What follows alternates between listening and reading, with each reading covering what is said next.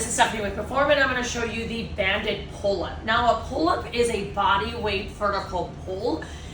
What we do with the bands is to help us take away some of that weight because the band adds some resistance. Now, where we put the band is also important, and what resistance of band we use is also equally important. If you look at the blue one, this one's a little bit lighter versus, let's say, this yellow one is a lot more thicker, which means it's got much more resistance. The thicker the band, the easier it will be for you when you have that weight on, when you're standing on the weight, to be able to pull yourself up.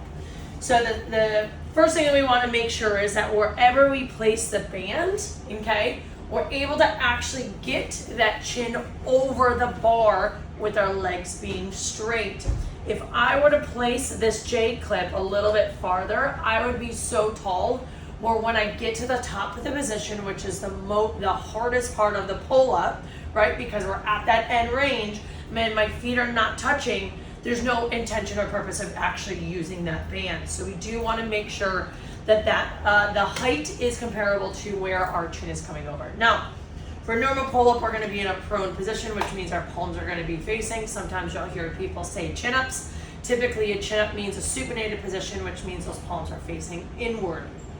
And then you also have the neutral position where those depending on positioning, women find the chin-up a little bit more just because you get to use the bicep. Neutral is also a great positioning for that shoulder, the shoulder joint. So I'm going to show you with the blue band, and in a prone position. Now, when we're grabbing the bar, we want to make sure that grip is really good. So we want to wrap those thumbs around the bar. Hands want to be slightly outside of the shoulder. The wider it goes, the much more lat engagement.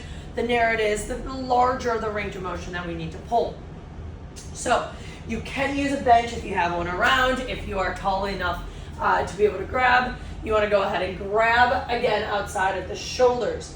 Now, our whole goal of that pull-up, and I'll show you from the front and the side, is to be able to pull ourselves up, getting into that range where those shoulders stay down. We drive the elbows, and we get into that range of motion, that end range, where the palms are in line, that bar is directly underneath that chin, and then relax, and then letting ourselves back down. At no point we want to think about relaxing. We want to keep tension in that back, that lower body, and those legs. So hands are going to come on the outside of the shoulder. I'm going to stand on the band. Okay, now from here, first thing I want to do is retract my shoulder blades down.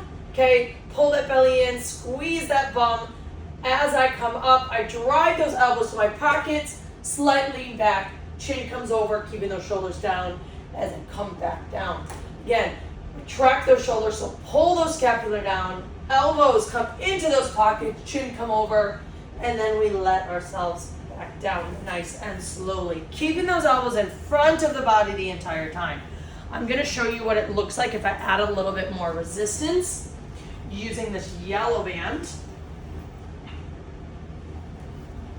Okay, so same thing, hands come on the outside of those shoulders. Now on the yellow band. Okay, from here, pulling those shoulders down. It's a little bit easier, right?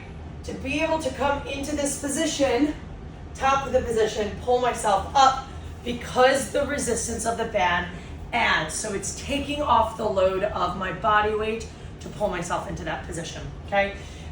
You can keep adding bands, you can double the bands up, you can increase the height if needed. Increasing the height, again, gives you more, reduces the height to the bar, so it makes it a little bit easier with the intention of not having to use the bar and doing a full body weight pull-up. That is the banded pull-up.